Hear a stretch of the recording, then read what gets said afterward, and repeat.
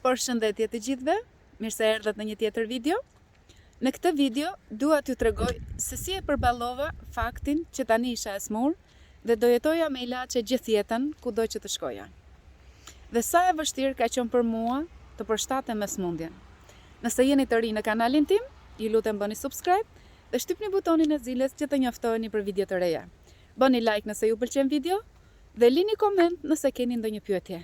Mund të ndani videon dhe me miqtë tuaj nëse dëshironi. Në ditët e sotme, njoh shumë persona që vuajnë nga smundje të ndryshme dhe përjetimet e smundjeve janë sipas karakterit të tyre. Por, do t'ju thoja që të mos dorëzoheni kurrë, sepse gjithmonë ka shpresë për shërim. Më në fund dola sepse u mbyta brenda në shtëpi. Këto ditë ka qenë shumë kohë e keqe këtu, shumë ftohtë, ka rënë shi. Edhe sot ftohtë është, por nuk munda të rija më brenda. Me këtë rast, vendosa që ta bëja videon këtu, sepse gjërat të shkuara, kur i kujton, të shkaktojnë prap një ndjesi të vogël trishtimi. Megjithatë, dhimbja harrohet pasi kalon një farë kohe. Këtu ku jetoj unë, dimri është i ftohtë dhe vera jo shumë e nxehtë. Sapo e pash kohën mirë, me vrap të dalë në natyrë. Natyra është ilaçi im më i mirë, i shëndetit dhe i mendjes. Unë jam e lidhur shumë ngushtë me natyrën, sepse qetësohem plotësisht kur dal dhe eci. Kam vënë kufjet që të më mbrojnë veshët nga i ftohti, sepse nuk gjeta kapuç. Unë nuk dëgjoj asnjëherë muzikë, nuk e di pse, por nuk më pëlqen. Më pëlqen të eci në qetësi dhe ta ndjej natyrën ashtu siç është.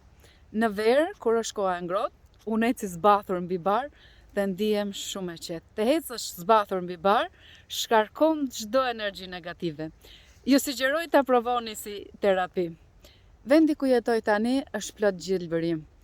Ka parqe, vende, jeshil kudo, ashtu siç u kisha ndërruar. Në qoftë se ndihem e lodhur ose jam e mërzitur, dal direkt të eci. Në fakt, nuk është e lehtë që të jetosh jashtë shtetit e vetme.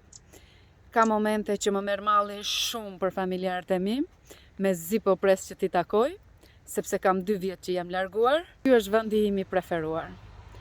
Kjo është rruga ime e preferuar, ku ndal dhe eci çdo ditë. Nëse do t'i kisha pasur afër këto parqe, herën e parë që u smura, ndoshta do ta kisha përballuar më lehtë, do dilja më shpesh në natyrë. Por atëherë ka qenë pak më e vështirë. Pasi mora vesh se veshkat e mia kishin humbur funksionin e tyre të plotë dhe që unë tashmë do jetoja me një smundje kronike, që atëherë nuk e kuptoja termin smundje kronike, e kisha marrë për smundje të keqe dhe isha friksuar shumë. Por që do të thotë që është një smundje që ka nevojë për kujdes, do ndiqesh nga mjeku dhe ke nevojë për ilaçe gjatë gjithë kohës. Mua sapo më ishte shembur bota mbi kokë. Ishte shumë e vështirë që nga një jetë normale dhe një vajzë e fortë do kisha një jetë të varur nga ilaçet. Dhe këtë gjë e përjetova shumë keq. Atëherë nuk e dija çfarë ishte depresioni, por mendoj se kam kaluar një situatë të tillë të vështirë. Nuk doja as të haja, as të pija. Ishte mezi korrikut dhe unë rrija shtrirë, mbuluar me batanie, mbuloja dhe kokën. Nuk doja të dilja, as të shkoja diku, as të shifsha diellin fare. E kisha lëshuar veten time dhe po më trishte mërzitja vetëm për poshtë, po më zhyste. Më ndikonin dhe fjalët e njerëzve shumë, sepse në Shqipëri na mungon inteligjenca e të kuptuarit, se smundja nuk e zgjodhe ti. Askush nuk do të përjetojë ato dhimbje, apo t'i varet jeta nga ilaçet.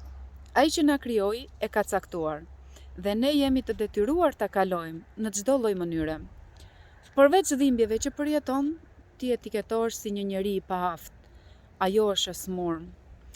Kanë arritur të thonë për mua dhe që ajo ka smundje të keqe ose që do të vdes.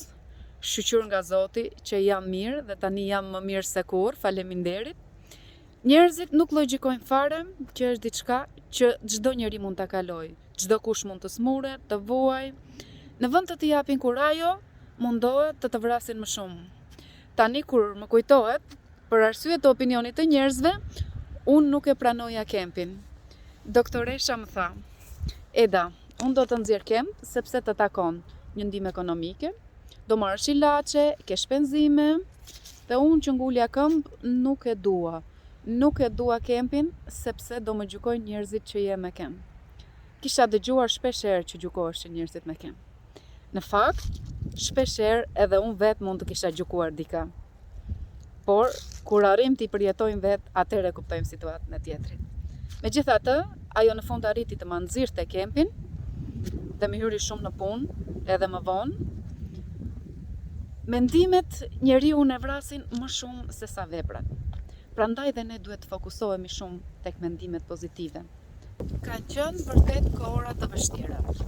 Shtrohesha çdo muaj pothuajse në spital, më ishte bërë spitali i mërzitshëm. Kishte raste që qelloja shtruar për ndonjë festë dhe kjo më lëndonte shumë. Ose përfundoja në urgjencë shpesh nga dhimbjet. Të gjitha këto më bënin shpesh me nerva. Në përgjithësi isha shtruar në një njerëz të ftohtë. Unë kam qenë e urtë në fëmijëri, megjithëse të gjithë kemi shpërthimet tona. Fillova po fajsoja jetën, ankohesha gjatë gjithë kohës, përse më ndodhi mua kjo, çfarë kam bërë o Zot, qaja shpesh, mendoja se kaq ishte jeta ime. Informacione nuk kisha shumë. Tani që e mendoj, më vjen shumë keq për familjen time, sepse kam vojtur shumë bashkë me mua. Kur është një person i smur në familje, të gjithë vuajnë bashkë me të smurin. Por në fillim, unë nuk e kuptoja se çfarë po kaloja. Dhe duke mos e pranuar smundjen, po e rëndoja akoma më shumë gjendjen e shëndetit. Derisa një ditë, vendosëm të shkoja për një vizitë në Greqi, aty kisha xhaxhin, ai më bëri një garanci, por atëherë nuk ishte lëvizje të lira si tani, vetëm me pasaport. Në fakt, pasaportat biometrike kishin dalë dhe ligji ishte miratuar, por nuk ishte hyrë akoma në fuqi. Futej në dhjetor të 2010-s. Unë kam ikur në Greqi, mes tetorit dhe nëntorit, nuk e mbaj më të mirë tani, por diçka e tillë ka qenë. Mu deshte nxirrja një vizë një mujore, atëherë nxirrej në konsullatën greke në Korçë dhe shqyr që më aprovuan, sepse kishte raste dhe që e refuzonin. Shkova në Athinë tek xhaxhi, pas disa ditësh, po kërkomim spital, ku të bëmim vizitat, dhe më në fund të arrita të bëja të gjitha vazitat e mundshme, analiza, ekoveshkës, ekozemre dhe çfarë do lloj gjëje që duhesh. Më kanë ndihmuar shumë kushëritë e mi dhe kushërirat, edhe mjekët ishin shumë të mrekullueshëm. Unë isha pa letra dhe çdo gjë kushtonte atëherë, por ja dolëm. Kryesorja ishte që mora shumë informacion rreth veshkave. Më sqaruan çdo detaj për çdo fazë që kalonte tek veshkat. Dhe kjo ndezi një dritë jeshile tek unë. Kishte shpresa për shërim. Doktori më sqaroi se kishte ardhur koha që nëse kisha një dhurues, të bëja një transplant veshke, të më dhuronte njërin veshk dhe më shpjegoi shumë gjëra rreth transplantit. Nëse jo, duhet të përgatitesha për të filluar dializë. Emri dializë mua atëherë më të merronte, kisha dëgjuar që flitej shumë keq për dializën, por gjithsesi kisha shpresa.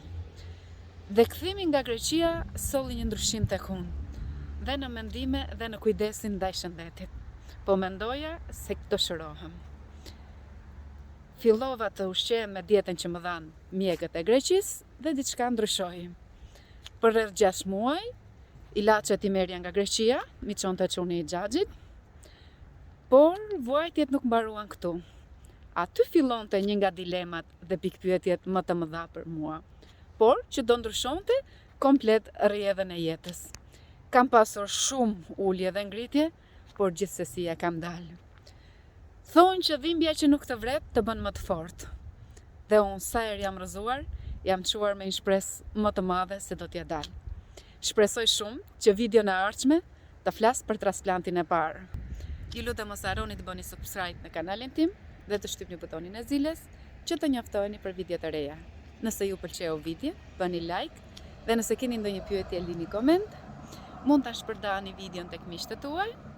Ju falenderoj që e ndoqët këtë video deri në fund dhe ju këshilloj që sa më parë ta pranoni smundjen që e keni, aq më lehtë do të bëhet. Mos mendoni kurrë pse mua, por si të kujdesem që ta lehtësoj. Shihemi në videon e radhës. Deri atëherë, ju uroj shëndet, mirupafshim.